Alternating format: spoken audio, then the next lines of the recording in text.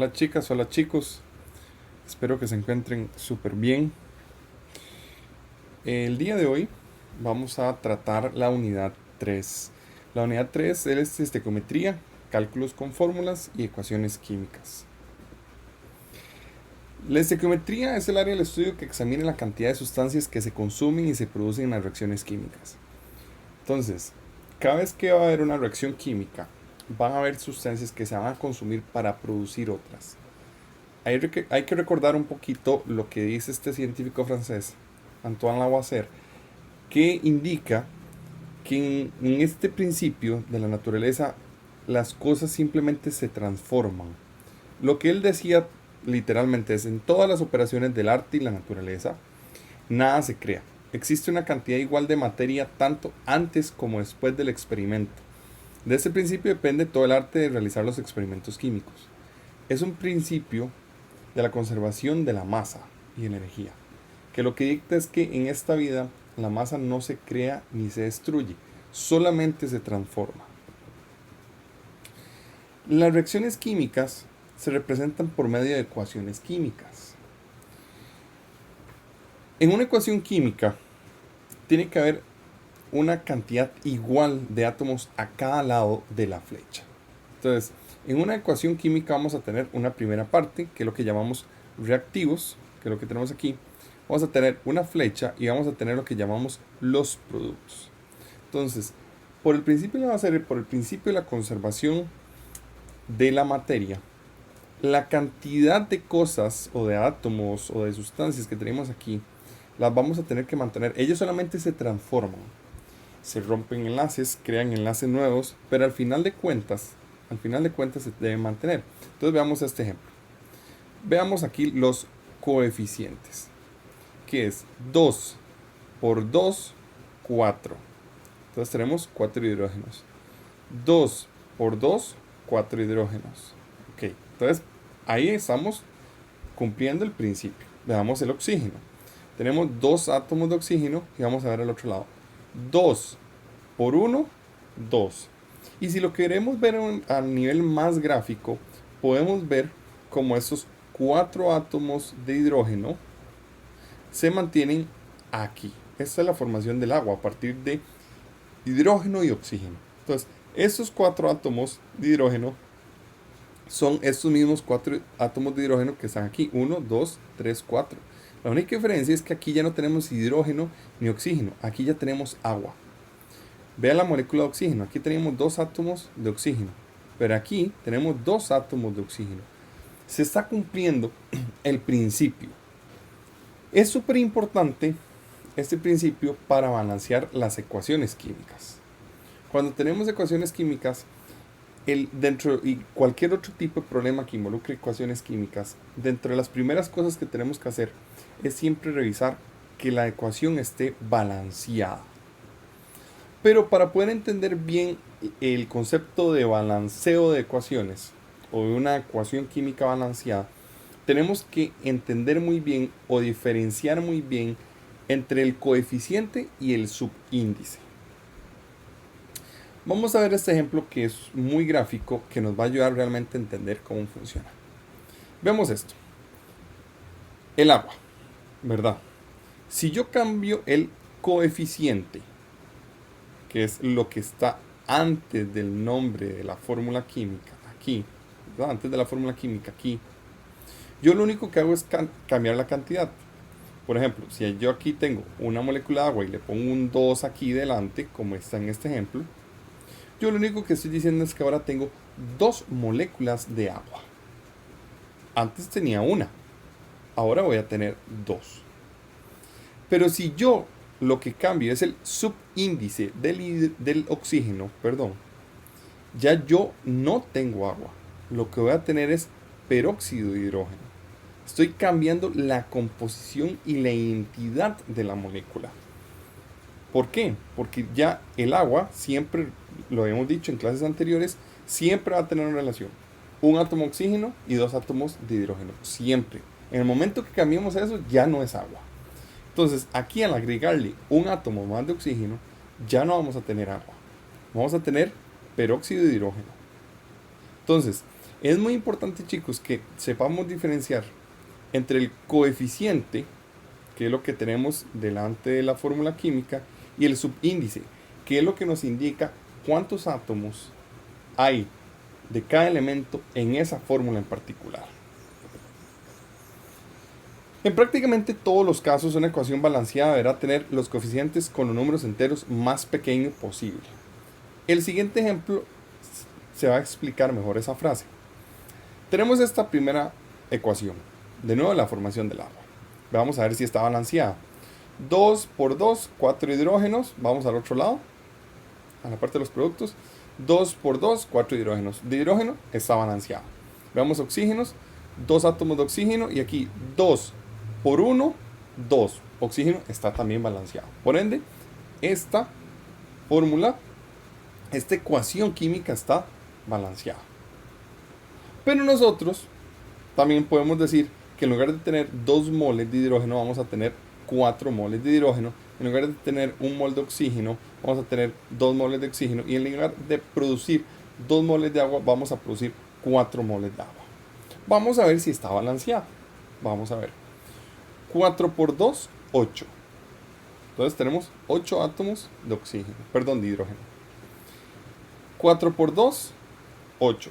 Entonces, de nuevo comprobamos que el hidrógeno está balanceado. Veamos el oxígeno. 2 por 2, 4. 4 por 1, 4. Está balanceado. Pero según lo que acabamos de leer anteriormente, deberíamos escoger la primera opción, porque tiene la cantidad de números enteros en los coeficientes más pequeña. Vea que aquí tenemos 2, aquí tenemos 4. Aquí tenemos 1, aquí tenemos 2. Aquí tenemos 2, aquí tenemos 4. Entonces, si vamos a escribir esta ecuación química en cualquier lado, en un libro, en un artículo, en un examen, en un quiz, tenemos que escribirla con los coeficientes más pequeños que encontremos para balancear toda la ecuación. Nunca se debe cambiar los subíndices cuando se balancea una ecuación. Los subíndices, estos que están aquí abajo, los que me indican cuántos átomos de ese elemento tiene esa fórmula, esa molécula, nunca se deben cambiar. Porque si yo cambio los subíndices, estoy cambiando la naturaleza de la molécula. Ya si yo aquí le pongo un 2, ya yo no tengo agua, tengo peróxido de hidrógeno. Entonces tengo que tener mucho cuidado en ese aspecto. Vamos a ver el ejemplo de balanceo de ecuaciones. Y vamos a primero ver una ecuación no balanceada y después vamos a ver una ecuación balanceada. Tenemos el metano. El metano es una molécula que está compuesta de carbono y 4 átomos de hidrógeno. En presencia de oxígeno y con una chispa combustiona, o sea, prende fuego. Cuando combustiona, produce dióxido de carbono y agua. ¿Ok? Esos son los productos de esta reacción de combustión. Veamos a ver si está balanceado. Un carbono. De carbonos pareciera que estamos bien. 4 hidrógenos, 2 hidrógenos. Ya empezamos a ver problemas porque definitivamente se tienen que mantener. Y aquí hay más hidrógenos en los reactivos que en los productos. Entonces ya vemos que no está balanceada. Aquí tenemos 2 oxígenos y aquí tenemos 3 oxígenos porque 2 más 1, 3. O sea, definitivamente esta ecuación no está balanceada. Entonces, lo que hacemos es que empezamos a colocar ciertos coeficientes delante de cada molécula para que nos logre dar el balanceo. Entonces, por ejemplo, aquí un carbono, listo. Aquí teníamos 2 oxígenos. Ok, 2 oxígenos. 2 por 2, 4 oxígenos. Veamos al otro lado qué tenemos que hacer. Tenemos el carbono, el oxígeno. Ok, aquí tenemos 2 oxígenos. Y aquí el agua. Antes no había nada aquí. Pero si le ponemos el 2, este 2 multiplica por este número aquí. Entonces, 2 por 1, 2. Más 2 que teníamos del dióxido de carbono son 4.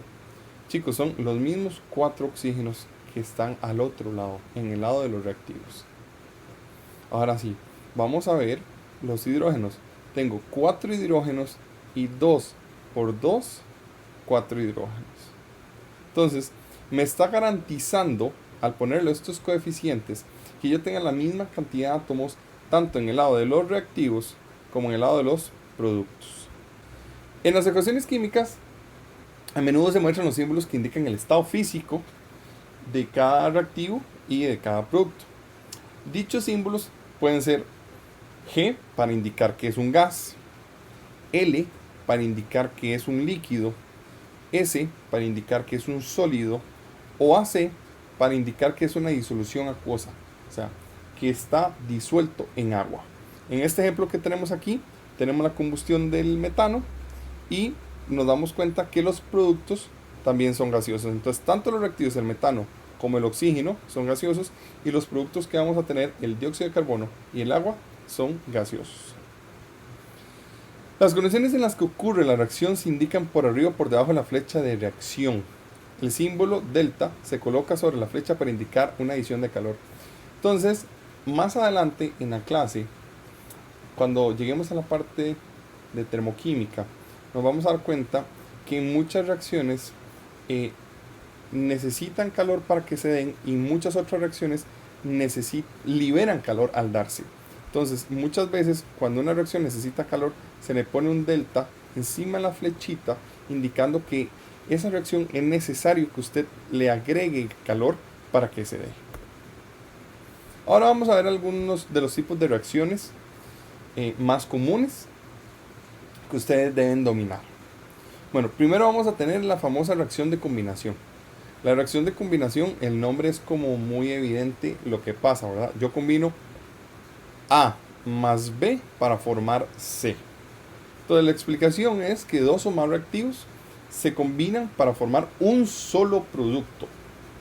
Muchos elementos reaccionan entre sí de esta manera para formar compuestos.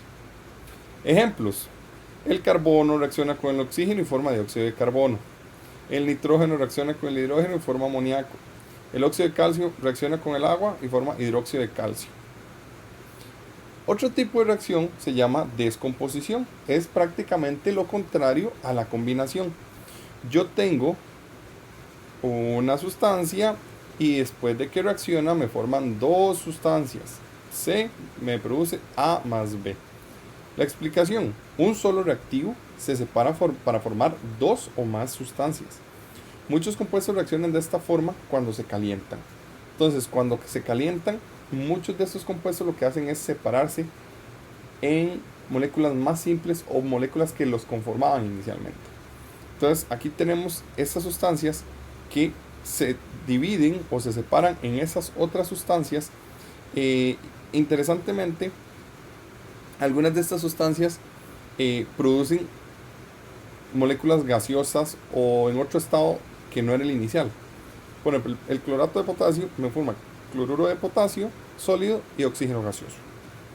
A pesar de que esta molécula era sólida, inicialmente me forma este oxígeno gaseoso. Y así con los otros ejemplos que ustedes ven ahí.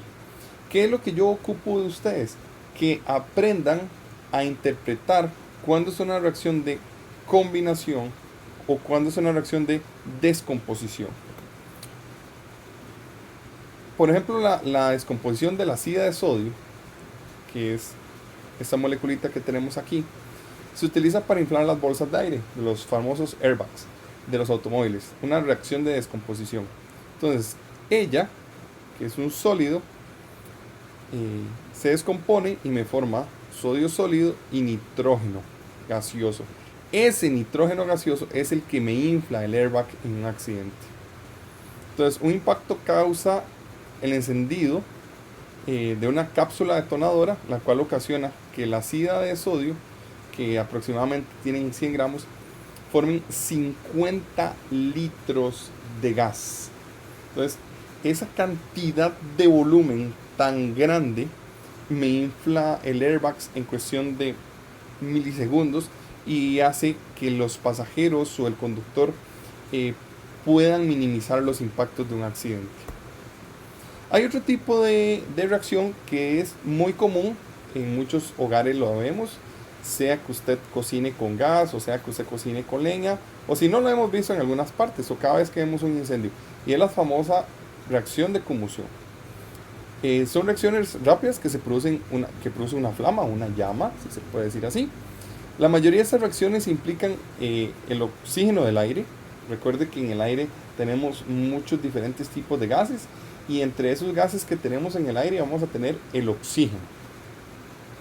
Los hidrocarburos, que son sustancias que contienen carbono e hidrógeno, por eso la palabra hidrocarburos, y los derivados relacionados que contienen oxígeno, forman dióxido de carbono y agua. No son los únicos productos que se forman en reacciones de combustión.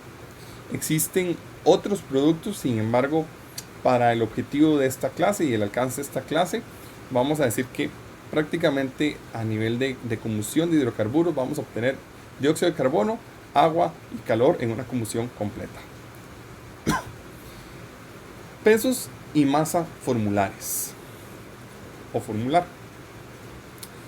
La masa fórmula de una sustancia es la suma de los pesos masas atómicos de los átomos en la fórmula química de la sustancia. Ok, ya vimos la semana pasada que cada elemento tiene una masa en particular, una masa atómica y un número atómico. Ya habíamos visto la diferencia entre ambos conceptos. Entonces vamos a ver el ejemplo del ácido sulfúrico. Vamos a averiguar cuánto es la masa fórmula o también masa atómica del ácido sulfúrico.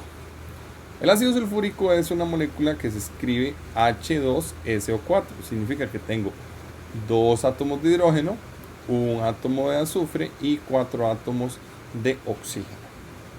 Entonces, ponemos este 2, que es del subíndice de hidrógeno, y el peso atómico del hidrógeno, más, aquí hay un 1, ¿verdad? Que no se pone porque es evidente, no se tiene que poner, eso ya lo saben de matemática del colegio, porque solamente tenemos un azufre, del peso atómico del azufre. 4, porque tenemos 4 átomos de oxígeno, por el peso atómico del oxígeno.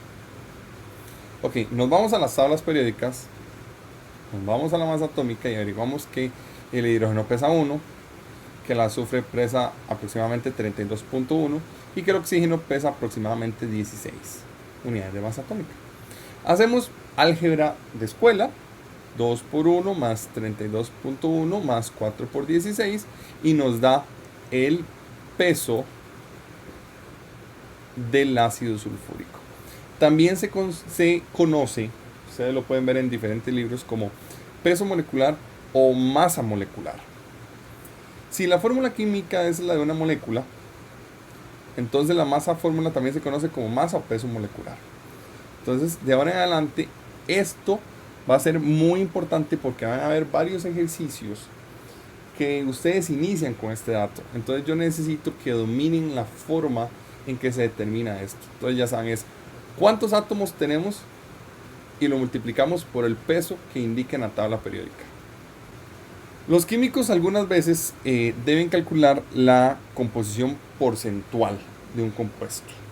O sea, es decir, el porcentaje en masa con el que contribuye cada elemento a la sustancia. Esto es importante porque lo vamos a ver más adelante. En algunos tipos de cálculos, en algunos tipos de análisis, el saber cuánto me aporta cada átomo de la fórmula final es importante. El cálculo de la composición porcentual es directo si se conoce la fórmula química y depende de la masa fórmula de la sustancia, que es lo que tenemos aquí, de la masa atómica del elemento, que es lo que tenemos aquí, y el número de átomos de ese elemento en la fórmula química, que es lo que tenemos aquí. Entonces, esta es una fórmula realmente importante que vamos a ver un ejemplo para encontrar cómo se encuentra la composición porcentual del elemento en una fórmula como tal. Ok. Resulta que yo quiero saber cuál es el porcentaje de aporte, si se le puede decir así, que me da el carbono, el hidrógeno y el oxígeno en la masa de glucosa. La glucosa es una molécula que está compuesta de carbono, hidrógeno y oxígeno. Tiene 6 átomos de carbono, 12 átomos de hidrógeno y 6 átomos de oxígeno. Entonces yo quiero saber, porcentualmente hablando, cuál es el aporte de cada átomo en la molécula total. Bueno, si ustedes sacan el peso molecular de esta molécula, o sea, lo que vimos hace 3 minutos atrás, si ustedes multiplican este 6 y lo multiplican por la masa del carbono, más el 12 por la masa del hidrógeno, más el 6 por la masa del oxígeno, eso les va a dar un peso de 180 UMAS. Ok, entonces vamos a saber el porcentaje de cada uno en esta molécula de glucosa. Y vamos a seguir la fórmula que está aquí abajo, que es la misma que les presenté en la diapositiva anterior. Vamos a empezar con el carbono.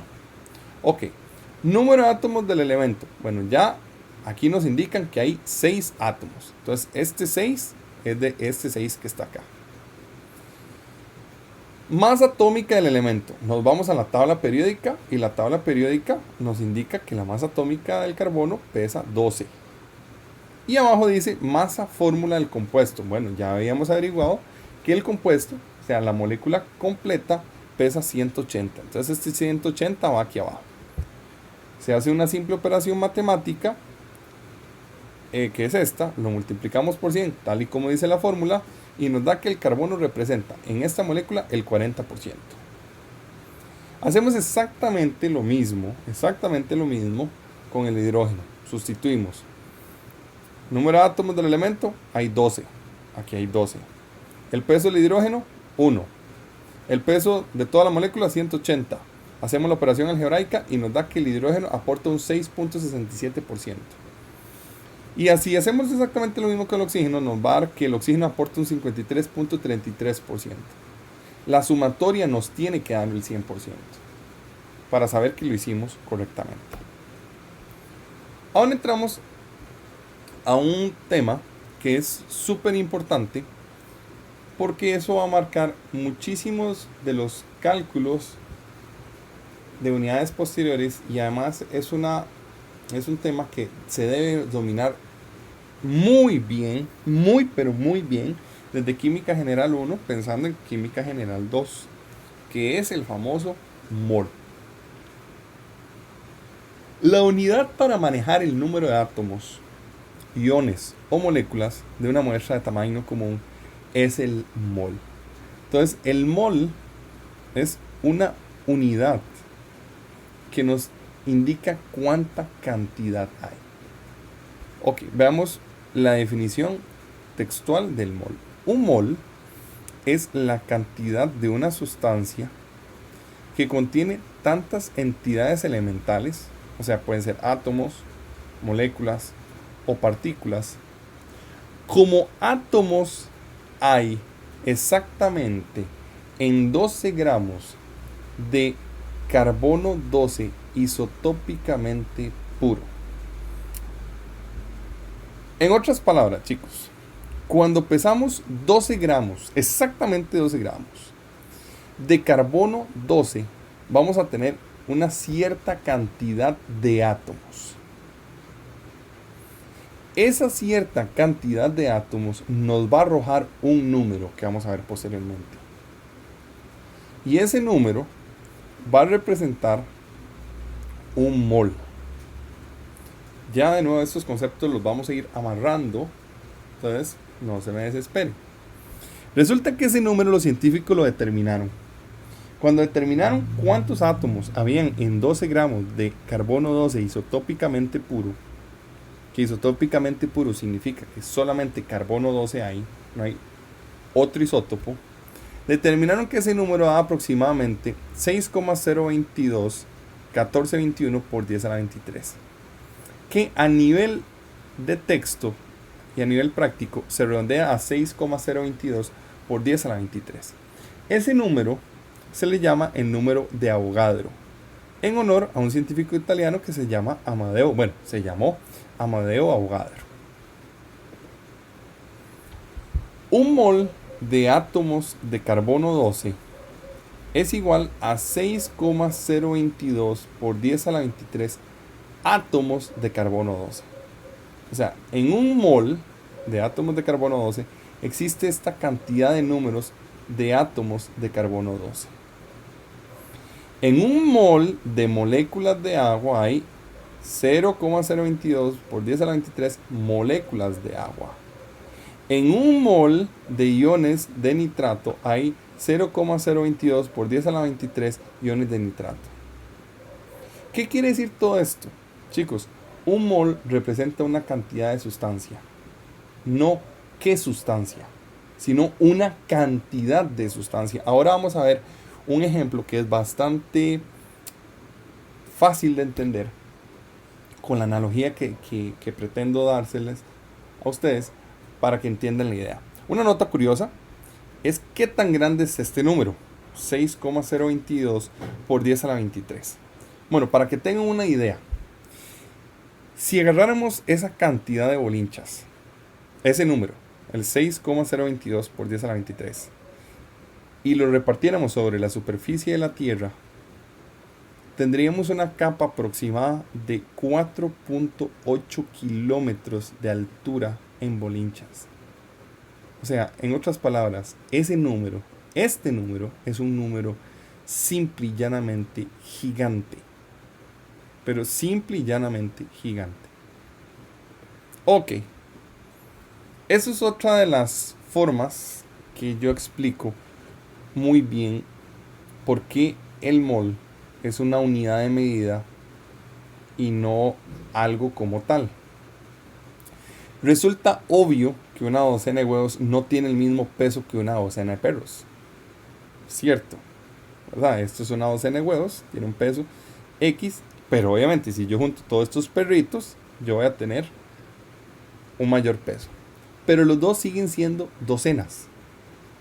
Y el ejemplo se podría aplicar si yo tengo una docena de elefantes, si yo tengo una docena de ballenas azules, si yo tengo una docena de zancudos, si yo tengo una docena de lo que sea.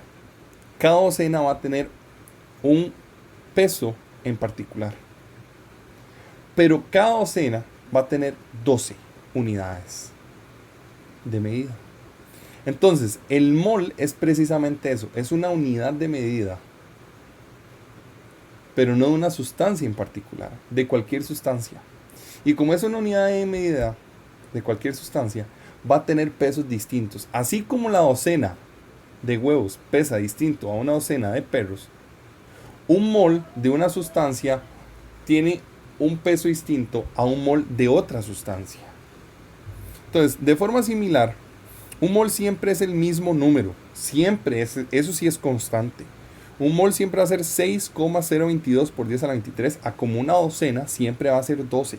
Eso no cambia, no importa si son 12 buses, 12 zancudos, 12 bolinchas, 12 lo que sea, siempre van a ser 12. Pero el peso de 12 zancudos no puede ser lo mismo que 12 elefantes. Es lo mismo el mol.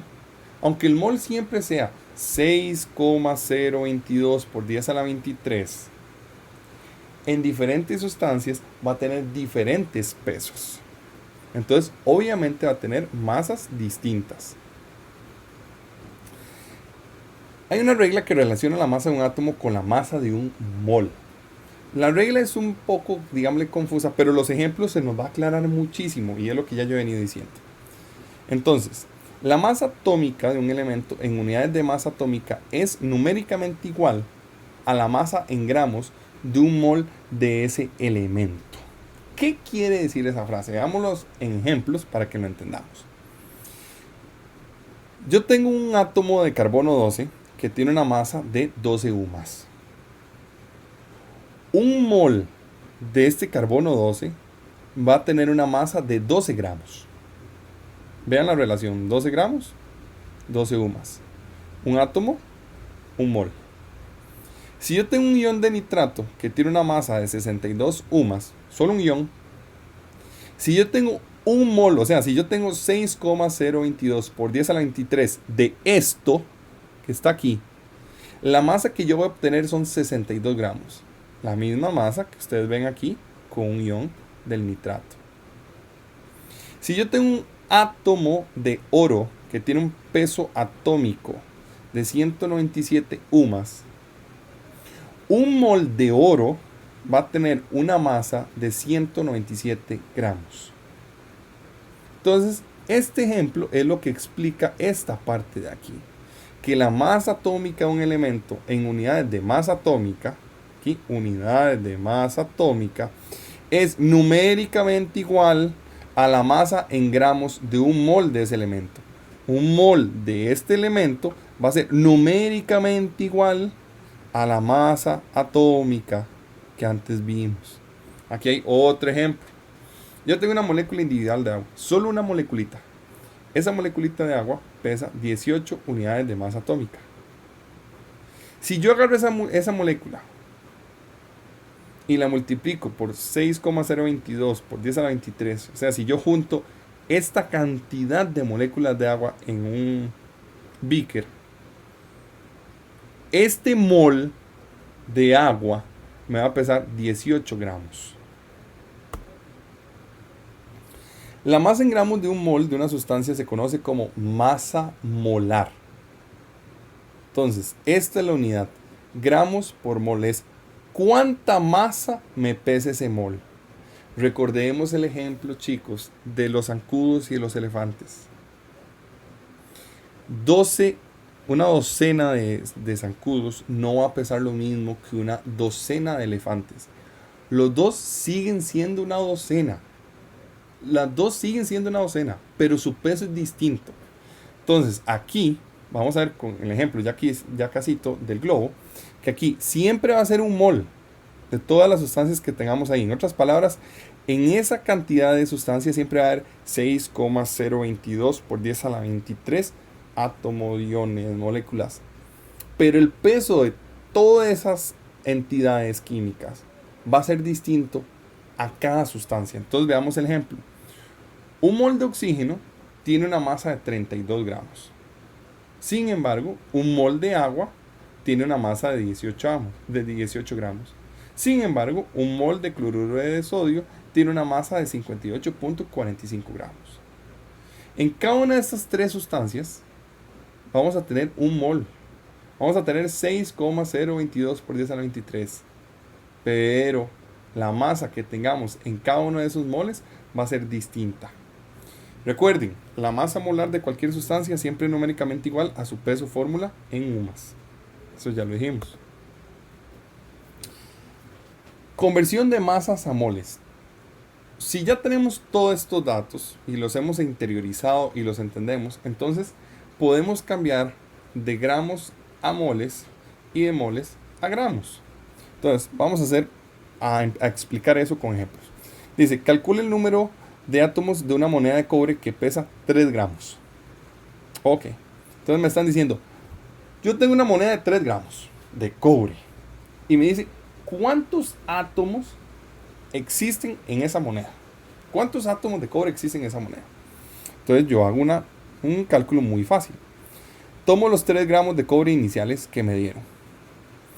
Yo sé que por cada mol de cobre, me voy a la tabla periódica, el cobre pesa 63,5 gramos. Entonces, por cada mol de cobre voy a tener 63,5 gramos de cobre. ¿Por qué esto lo coloqué así? Chicos, por lo que vimos la vez pasada. Yo coloco esta relación dependiendo de lo que yo quiera eliminar y dependiendo de lo que yo quiera dejar. En este caso, yo quiero dejar moles y eliminar gramos. Entonces, estos gramos los tengo que poner en el denominador para que se me vayan con estos gramos de aquí. Ahora sí, el mol, ya sabemos que en un mol de cobre vamos a tener 6,022 por 10 a la 23 átomos de cobre. Entonces, se van los gramos, se van los gramos, se van los moles, se van los moles y al final me queda cuántos átomos de cobre tengo yo como tal. Esto es una fórmula, una forma también de ver cómo me desplazo yo dependiendo de lo que me piden. Si yo tengo moles, utilizo la masa molar para obtener gramos. Si yo tengo moles, utilizo el número de Avogadro, o sea, este que está aquí, para obtener las unidades químicas en la fórmula que yo ando buscando. Y así, de aquí puedo pasar aquí y de aquí puedo pasar aquí, a como de aquí puedo pasar aquí y después puedo pasar aquí. Si ustedes se dan cuenta, esto que se hizo todo en uno fue estos pasos. Teníamos gramos y los convertimos a moles. Y después de tener moles, lo convertimos a cantidad de átomos. Si hubiéramos tenido átomos y nos preguntan cuántos gramos son, bueno, primero transformamos esos átomos a moles y posteriormente transformamos esos moles a gramos. ¿Cómo domino yo esto? Pues practicando, haciendo y haciendo. Esto es otro ejemplo. Dice, calcula el número de moles de glucosa. Es una molécula que ya vimos anteriormente, que hay en 5.380 gramos de esa sustancia. Entonces, yo tengo una muestra que pesa 5.38 gramos de glucosa, que tiene esta forma, la molécula. Y me dicen, ok, ¿cuántos moles hay ahí? Entonces, yo coloco los gramos que tengo en la sustancia. Después me voy a la tabla periódica y yo averiguo que el peso molecular de la glucosa es 180.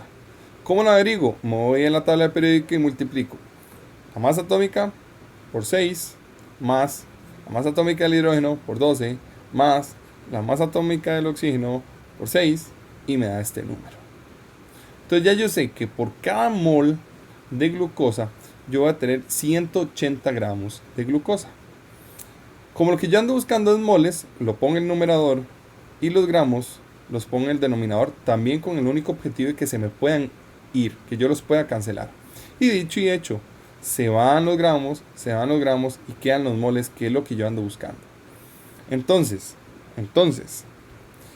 en 5.38 gramos de glucosa, yo lo que tengo es 0.2989 moles de glucosa. En algunos de estos ejercicios, chicos, que están en los videos, hay unos ejercicios de aplicación. Yo les recomiendo que practiquen. Aún así pueden practicar estos mismos ejercicios sin ver la respuesta, para que se vayan acostumbrando a hacer ese tipo de ejercicios que definitivamente se les va a evaluar. Entonces yo les recomiendo eso. Aquí tenemos otro ejercicio. Nos dicen, ok, calcule la masa en gramos de 0.43 moles de nitrato de calcio. Bueno, entonces ahí de una vez empiezan a practicar nomenclatura. Entonces, así se escribe el nitrato de calcio. Yo pongo la cantidad de sustancia que tengo inicialmente, que son 0.43 moles de nitrato de calcio, aquí. Me voy a la tabla periódica y me doy cuenta que el nitrato de calcio pesa 164,1 gramos. Entonces, cada mol de nitrato de calcio va a pesar 164,1 gramos. Entonces, yo esta vez, recuerdan que en la diapositiva anterior los moles estaban arriba y los gramos están abajo. Bueno, esta vez le tengo que dar vuelta porque lo que ando buscando son gramos. Y para poder eliminar este mol, yo tengo que dejar en el denominador moles, para yo poderlo eliminar, porque si no, no lo puedo eliminar.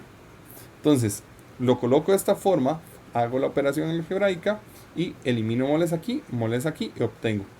Significa que si yo tengo 0.43 moles de nitrato de calcio, eso en masa, en realidad yo tengo 71,1 gramos de nitrato de calcio.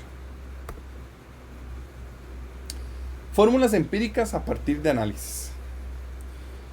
Chicos, ya vimos que era una fórmula empírica, ya vimos que era una fórmula molecular, ¿verdad?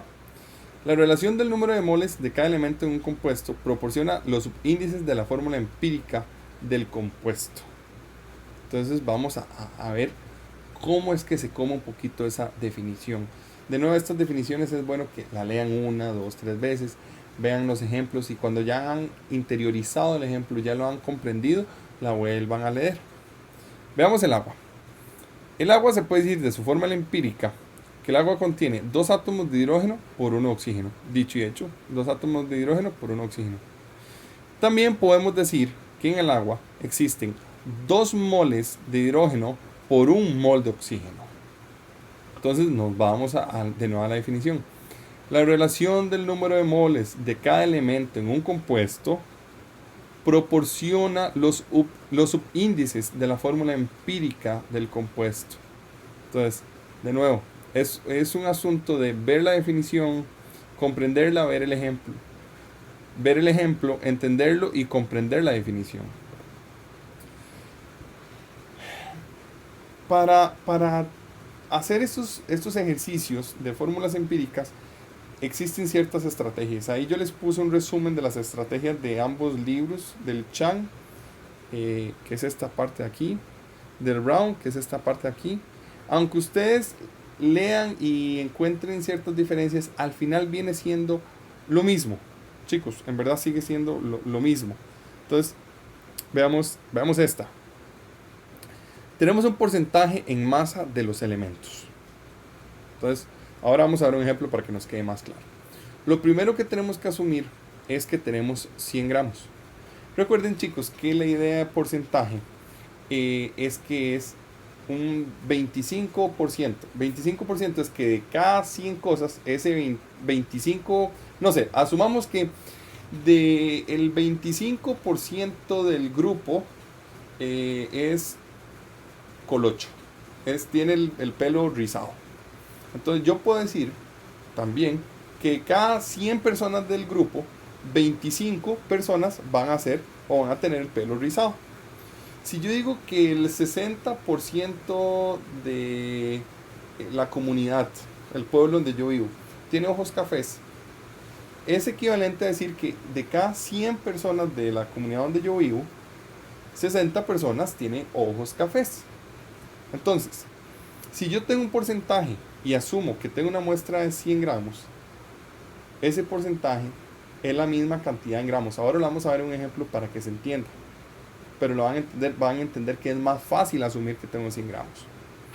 Cuando yo tengo los gramos de cada elemento, con la masa molar, calculo los moles de cada elemento, que ya vimos cómo hacer eso. Ya ustedes tienen que practicar para aprender cómo hacer eso. Y después calculamos una relación molar y encontramos la fórmula empírica. Veamos el análisis que hace el Single Brown. Tenemos el porcentaje en masa, convertir a gramos y dividir entre la masa molar, que es lo mismo que obtener los moles de cada elemento, y dividimos entre el número más pequeño de los moles para obtener las proporciones y cambiamos los índices. Ahora vamos a ver en el siguiente ejemplo cómo funciona esto. Tenemos este ejemplo. Tenemos que el mercurio y el cloro se combinan para formar un compuesto que es 73.9% mercurio y 26.1% cloro en masa. Y me están pidiendo que calcule la fórmula empírica de dicho compuesto. Entonces, lo primero que yo tengo que asumir es que tengo 100 gramos de todo el compuesto. Si yo tengo 100 gramos y el mercurio me representaba el 73.9%, yo puedo decir que eso en masa va a ser el 73.9 gramos, porque yo estoy asumiendo que tengo 100 gramos de todo esto. Y el cloro, si yo asumo que tengo 100 gramos de este porcentaje, que es por ciento, inmediatamente eso es lo mismo que yo diga que tengo 26.1 gramos de cloro. Entonces, ese era el primer pasito. El segundo pasito es cambiar eso a moles. Entonces, nos vamos a la tabla periódica, me doy cuenta yo que el mercurio pesa 200.6 gramos por cada mol, ¿verdad? Me doy cuenta yo que el cloro pesa 35.5 gramos por cada cloro. Entonces, de nuevo, yo ando buscando moles, entonces lo pongo en el numerador. Los gramos que ya ando eliminando lo pongo en el denominador. Se van los gramos y ya obtengo los moles de mercurio. Se van los gramos y ya tengo los moles de cloro. ¿Cuál es el siguiente paso que hay que realizar? Yo tengo que dividir esto entre la cantidad de moles más pequeña. En nuestro caso, el número más chiquitito es el del mercurio, porque aquí tenemos 0.368 moles de mercurio y aquí tenemos 0.735 moles de cloro. Entonces yo tengo que dividir los moles de cloro entre los moles de mercurio. Obviamente, chicos, aquí en esta parte, porque esto se toma un libro, no viene la operación matemática de dividir los moles de mercurio entre los moles de mercurio, porque dividir 5 entre 5 va a dar 1, 100 entre 100 va a dar 1, 1.300.000 entre 1.300.000 va a dar 1, 0.27 entre 0.27 va a dar 1. Entonces, obviamente ya sabemos y entendemos que dividir esto entre el mismo me da una relación de 1. Lo que yo ando buscando es la relación con el cloro. Bueno, cuando yo monto el sistema, y yo tengo que 0.735 moles de cloro y lo divido entre los moles de mercurio, me da este número, 1.99. Que redondeado, esto lo puedo asumir que sea un 2.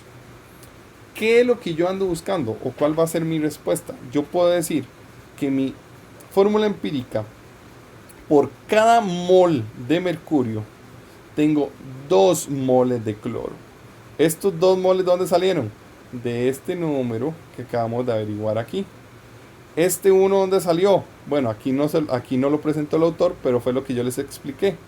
Si hubiéramos agarrado este número, y lo dividimos entre el mismo, nos da un 1.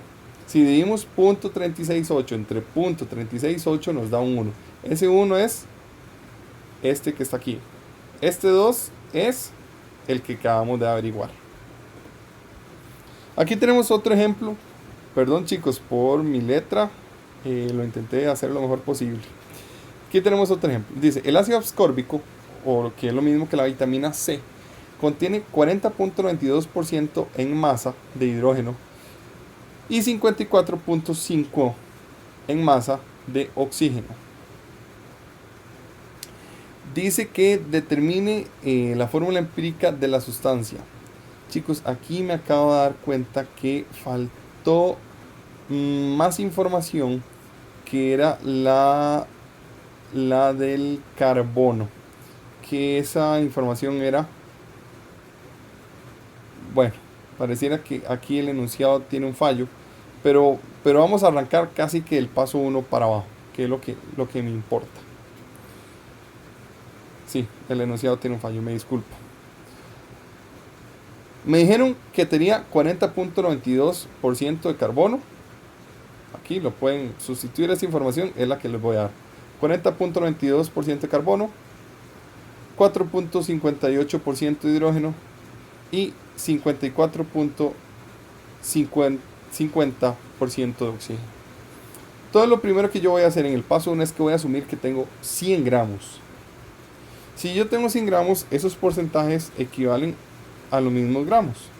Entonces, si yo tengo 40.92%, equivale a que yo tenga 40.92 gramos. Eso es muy fácil, yo creo que es en una forma rápida de hacer esta parte.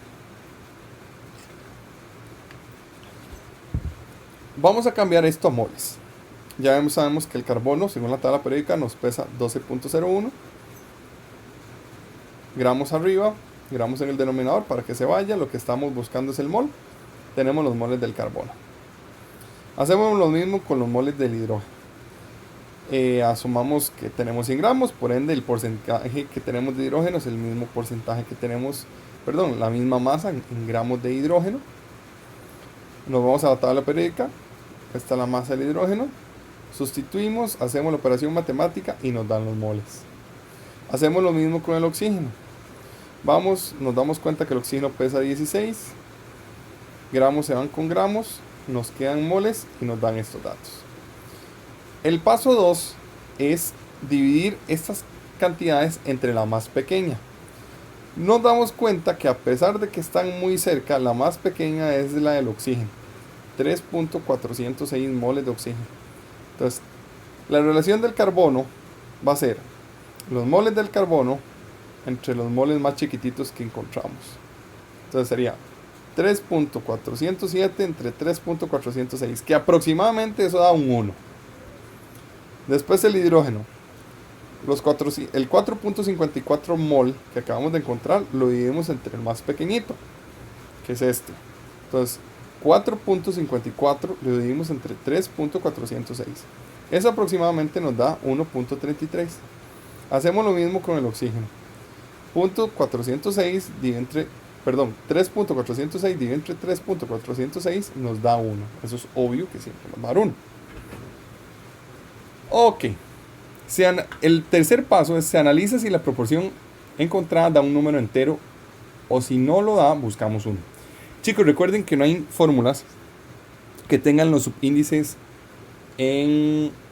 como que no sean números enteros, que sean decimales. O sea, no existe el agua que sea H2.7O, H1.9O. No, O sea, los subíndices en una molécula siempre van a ser números enteros. Siempre. Entonces, cuando hacemos estos cálculos, tenemos que el hidrógeno es un 1.33. No nos sirve, porque no es un número entero. Pero lo que hacemos es tantear. A ver, ¿qué podemos multiplicar cada uno de estos números para que al final nos dé números enteros? Bueno, ahí ustedes empiezan a tantear y se darán cuenta que, por ejemplo, el 3, si yo lo multiplico por este número, me lo convierte en 4. Entonces, 3 por este 1 que estaba aquí, que es este, 3. 3 por 1.3, que es este número que estaba aquí, 4. 3 por 1, 3. Entonces ahora ya yo sí tengo una correlación con números enteros. Ya yo tengo que es 3, 4 y 3. Entonces, estos coeficientes, ¿verdad? Yo se los tengo que asignar a cada uno de los átomos. Entonces, el 3 va al carbono, el 4 va al hidrógeno y el 3 va al oxígeno. ¿Por qué? Porque esto viene de aquí. Este paso 3 viene del paso 2. Entonces, al final, los coeficientes que yo tengo aquí son estos, ¿verdad? Que fueron los que yo encontré. Fórmula molecular a partir de la fórmula empírica. Podemos obtener la fórmula molecular de cualquier compuesto a partir de su fórmula empírica si conocemos la masa molecular o la masa molar del compuesto. Los subíndices en la fórmula molecular de una sustancia siempre son múltiplos enteros de los subíndices correspondientes en su fórmula empírica. Entonces yo tengo esta fórmula aquí, ¿verdad? De que un múltiplo entero sea entre la masa molecular y la masa de la fórmula empírica. Veamos esto aplicado, que es lo que yo necesito que realmente ustedes entiendan. Ok, resulta que el mesistileno es un hidrocarburo que está presente en pequeñas cantidades en el petróleo crudo. Este hidrocarburo tiene una fórmula empírica C3H4. El peso molecular de esta sustancia, determinado experimentalmente, es de 121 UMAS o unidades de masa atómica. Y me dicen que determine la fórmula molecular del mesistileno. ¿Ok? Entonces, primero calculamos el peso fórmula de la fórmula empírica, que es la que nos da el análisis. Nos vamos a la tabla periódica y lo determinamos, como ustedes ya saben, 3 por lo que indica la tabla periódica y 4 por lo que indica la tabla periódica. O sea que esta sustancia, el mesistileno, tiene un peso de 40 UMAS. Siguiendo la fórmula, que es una copia de lo que antes les puse, dice que este múltiplo entero se va a dar entre la masa molecular o peso molecular entre la masa de la fórmula empírica. Ok, el peso molecular ya no lo dijeron en el enunciado. Aquí donde dice el peso molecular de esta sustancia determinada experimentalmente es de 121. Entonces ese es este 121. Y el peso fórmula fue el que antes encontramos, el que antes buscamos con la fórmula empírica, que es 40. Entonces, cuando hacemos este cálculo, nos da una relación de 3. Ese es el múltiplo entero. Entonces, yo tengo que multiplicar este 3 por cada uno de los subíndices de la fórmula empírica para obtener la fórmula molecular. Entonces, si yo multiplico 3 por 3, es 9. Carbono, 9. 3 por 4 es 12. El hidrógeno es 12. Entonces significa que el mesistileno, su fórmula molecular, no su fórmula empírica, su fórmula molecular es igual a 6,9H12. ¿Cómo yo logro corroborar que lo hice correctamente?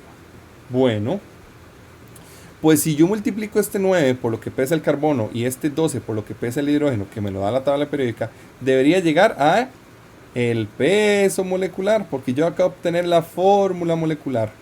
Si cuando hago este cálculo me da este número, lo hice correctamente. Si no me da ese número, algún errorcito cometí. Ok.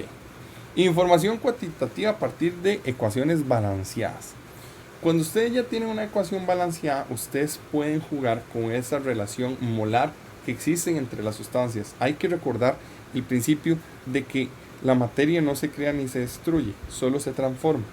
Entonces, los coeficientes de una ecuación química balanceada indican tanto los números relativos de moléculas o unidades de fórmulas en la reacción como los números relativos de moles. Entonces, veamos, por ejemplo. Dice, las cantidades 2 moles de hidrógeno, 1 mol de oxígeno y 2 moles de agua se conocen como cantidades estequiométricamente equivalentes. Esto es equivalente entre ellos. Ahora lo vamos a ver y vamos a darnos cuenta, qué bonito, porque esta figura aquí nos lleva a comprender cómo la masa se mantiene, se conserva, es constante. Ok, tenemos esta ecuación química. 2 moles de hidrógeno reaccionan con 1 mol de oxígeno y me producen 2 moles de agua. Si quisiéramos ver esto a nivel de moléculas, tenemos 2 moléculas de agua, perdón, de hidrógeno, aquí están 1 y 2. Una molécula de oxígeno, aquí, ¿verdad? Recuerden que es diatómico, por eso es que están 2, y aquí 2, y por eso aquí están 2, es diatómico. Ustedes ya saben qué significa. Me produce 2 moléculas de agua, aquí están. 1, 2, 3, 4, 1, 2, 3, 4, 1, 2, 1, 2. En interpretación de cantidad molar, tengo que 2 moles de hidrógeno me producen, reaccionan con 1 mol de oxígeno y me producen 2 moles de agua. Ok. Si yo tomo las masas molares y convierto estas cantidades de moles en gramos, yo tengo 4 gramos de hidrógeno, 32 gramos de oxígeno, que me producen 36 gramos de agua. Pero si ustedes se dan cuenta, si yo sumo estas masas, me producen la masa del producto. Las masas de los reactivos me producen la masa del producto. La masa se conserva. Eso es lo más importante que yo necesito que ustedes vean de esta diapositiva y cómo funciona todas las partes. Entonces, en una ecuación que yo tenga, yo puedo saber cómo interacciona la sustancia A con la sustancia B y cuánto me produce la sustancia C. O de la sustancia B, cuánto me produce la sustancia C, o etcétera. Por ejemplo, estrategia para resolver problemas. Tenemos gramos de la sustancia A, ¿verdad? Yo utilizo la masa molar de A. Eso de la tabla periódica no lo da. Y convierto estos gramos a moles. Utilizo los coeficientes de A y B de la ecuación balanceada. Con los coeficientes yo obtengo los moles de la sustancia B. Con la masa molar de B yo obtengo los gramos de la sustancia B. Entonces yo con estos coeficientes yo agarro los gramos de A, lo convierto a moles y ya yo veo la relación que existe entre A y B con los coeficientes estequiométricos. Estos coeficientes estequiométricos. Y yo lo que hago es que yo hago relaciones entre ellos para obtener cierta información. Pero esto de nuevo lo vamos a entender mejor con un ejemplo. Ok. Dice así el ejemplo. En los vehículos espaciales se utiliza el hidróxido de litio sólido para eliminar el dióxido de carbono exhalado. Recordemos, chicos, que tenemos que eliminar lo que producen los astronautas porque si no se ahogarían. El hidróxido de litio reacciona con el dióxido de carbono gaseoso formando carbonato de sodio sólido y agua líquida, tal y como viene en esta reacción, ¿verdad? En esta ecuación, que ya está balanceada. Pueden practicar balancearla para que se den cuenta que ya está balanceada. Entonces la pregunta es, ¿cuántos gramos de dióxido de carbono puede absorber 1 gramo de hidróxido de litio? ¿Por qué me hago esa pregunta? ¿Por qué se hace esta pregunta este ejemplo? Porque, bueno, la gente de la NASA tiene que saber 1 gramo de hidróxido de litio cuánto absorbe para saber después cuánto exhalan los astronautas de CO2 y poder ponerle en las cápsulas espaciales la cantidad de hidróxido de litio que ellos ocupan. Entonces, yo tengo 1 gramo de hidróxido de litio. Con la tabla periódica yo sé que 1 mol de hidróxido de litio me pesa 23.95 gramos. Y en estos momentos estoy encontrando los moles de hidróxido de litio. Se van los gramos aquí con esto de aquí. Utilizando las relaciones estequiométricas, yo sé que 2 moles de hidróxido de litio reaccionan con 1 mol de dióxido de carbono. Entonces, de nuevo, aquí yo sé que 2 moles de hidróxido de litio reaccionan con 1 mol de dióxido de carbono. ¿Por qué pongo los moles de hidróxido de litio abajo? Bueno, muy simple. Porque si es algo que yo necesito eliminar a futuro, porque yo ando buscando los gramos de CO2, no los moles de litio, yo necesito eliminarlos de aquí. Entonces, si los moles de hidróxido de litio están en el numerador, para poderlos eliminar a futuro, yo necesito poner estos moles en el denominador. Al igual que hicimos con los gramos, ahora vamos a hacer exactamente lo mismo con los moles. Pero la pregunta no me indica que son moles de CO2. A mí me están diciendo cuántos gramos de CO2. De nuevo nos vamos a la tabla periódica y nos damos cuenta que 1 mol de CO2 pesa 44.01 gramos de CO2. Chicos, esta parte, al igual que esta parte, era 1 por lo que pesa el litio, más 1 por lo que pesa el oxígeno, más 1 por lo que pesa el hidrógeno. Me da este número. En este caso sería 1 por lo que pesa el carbono, más 2 por lo que pesa el oxígeno, me da este otro numerito. Se llaman gramos de hidróxido de litio con gramos de hidróxido de litio, moles de hidróxido de litio con moles de hidróxido de litio, moles de CO2 con moles de CO2, y me queda el resultado que yo ando buscando. Reactivo limitante. Toda reacción química se va a dar tanto más hasta que se acabe uno de los reactivos.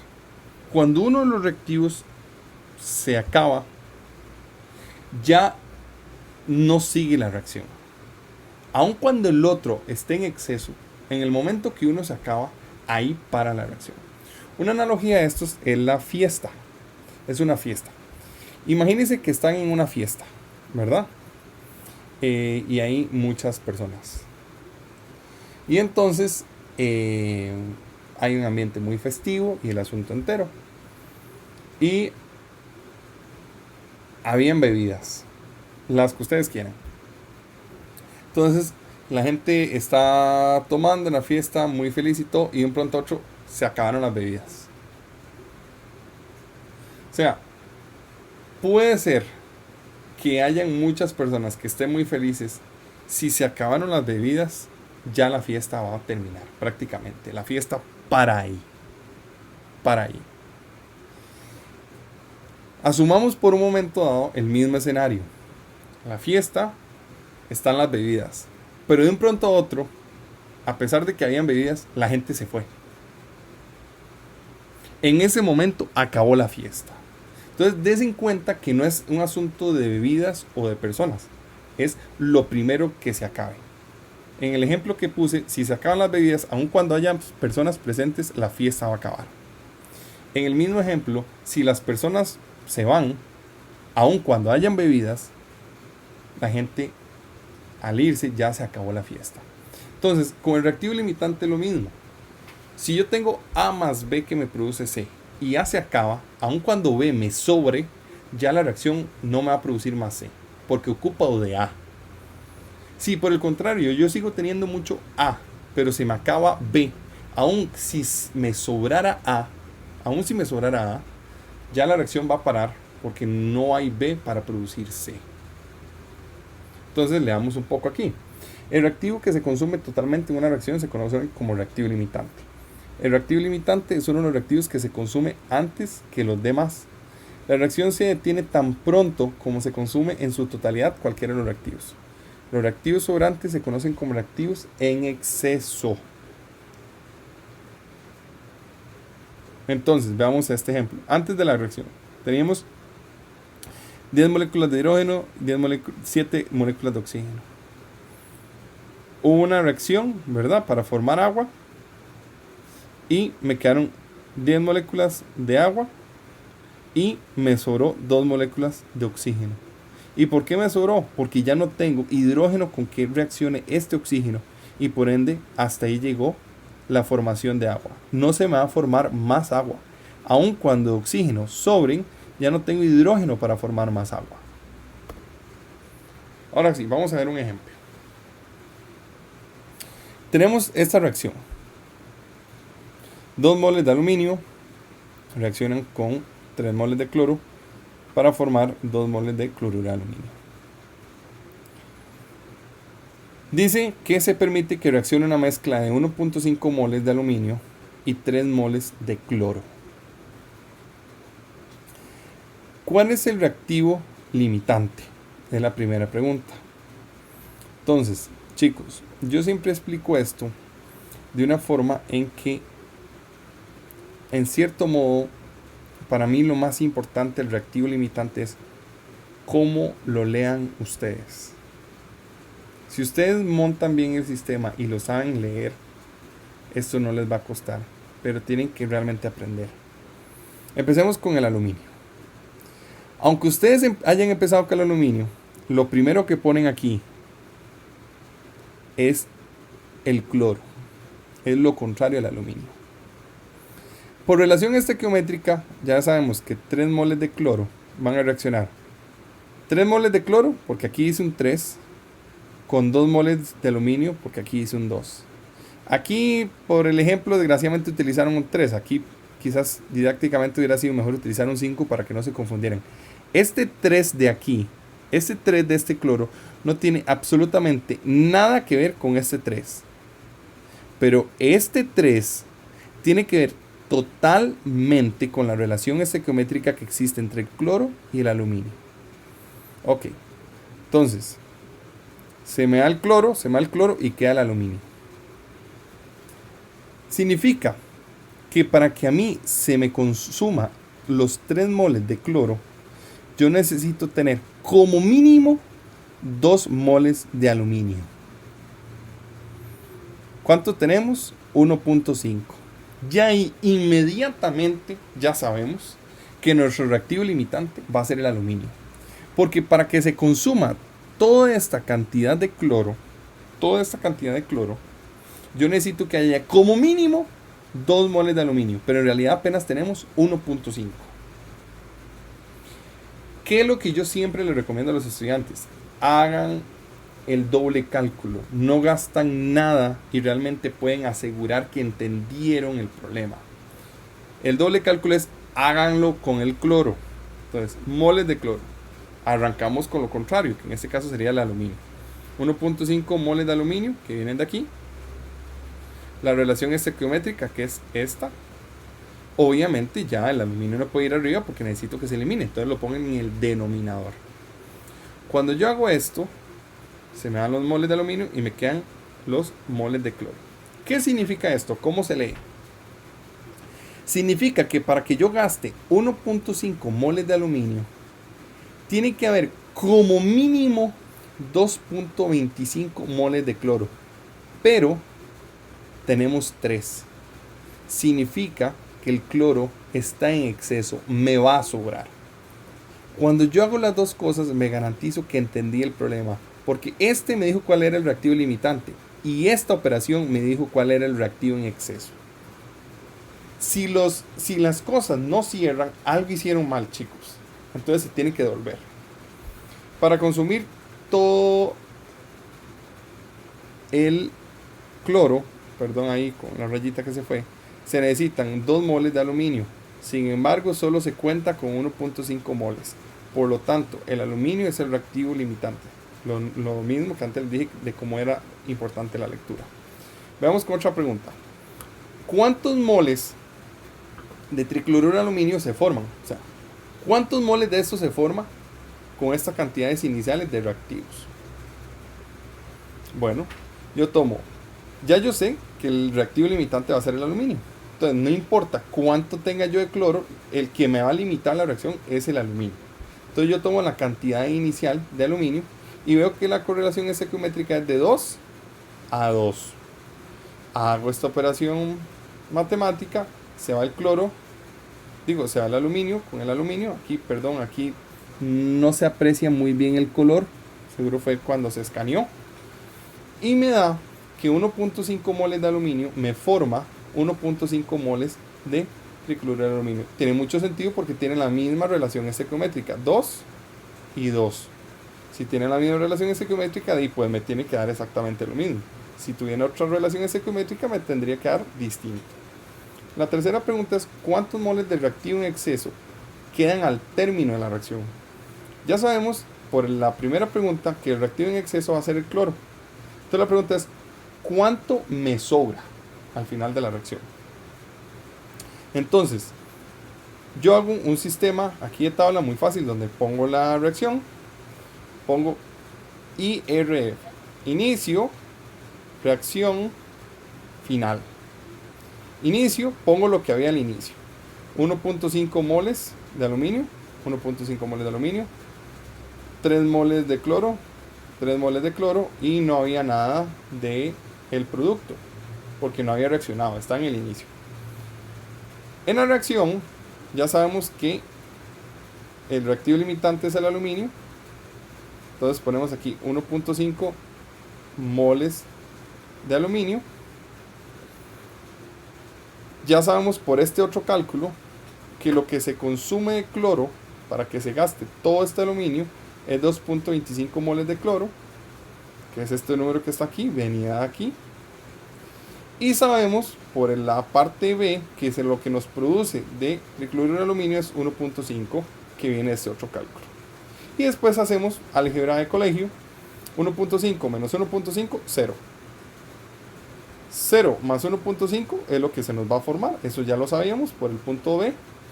Y 3 menos 2.25, 0.75, que es lo que nos va a sobrar de cloro. Ese es otro ejemplo, se los voy a dejar para que ustedes lo analicen, lo piensen y lo intenten hacer solos. La cantidad de producto que según los cálculos se forma cuando todo el reactivo limitante se consume se conoce como rendimiento teórico. Entonces, el rendimiento teórico es teóricamente cuánto se debería producir o cuánto se debería consumir.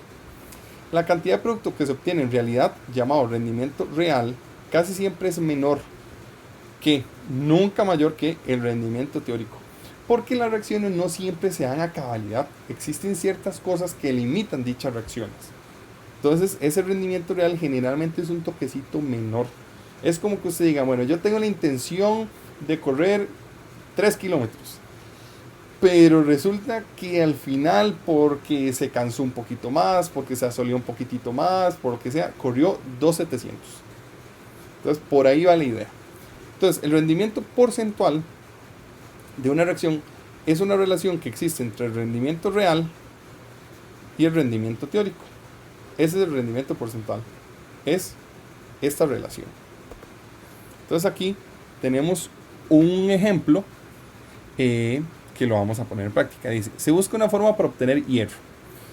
Una de las posibles propuestas para obtener hierro es esta, ¿verdad?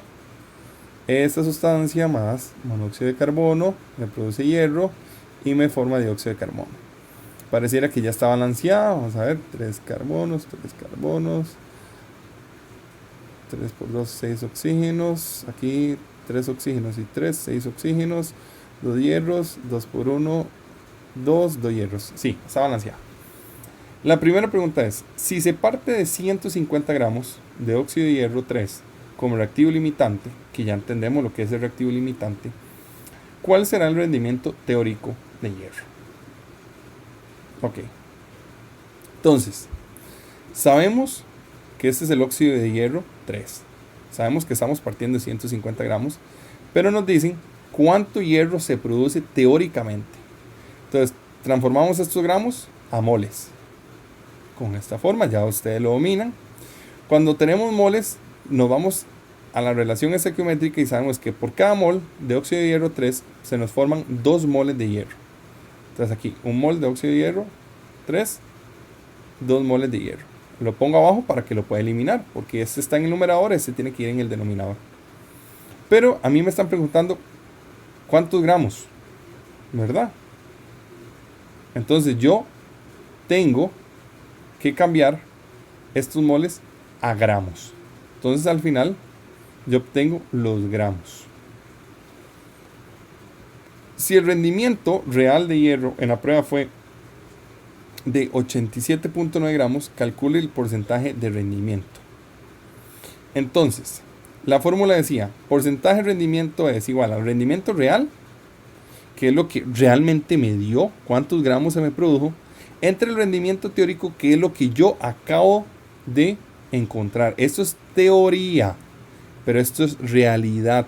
Eso es lo que me pasó en el laboratorio. Esta es la parte teórica, papel. Entonces, cuando yo sustituyo y hago la operación matemática, no le hagan caso a esta parte, chicos, un dedazo, me da que da 83.79%. Eso es lo que realmente da. Ese es el porcentaje de rendimiento de esa reacción.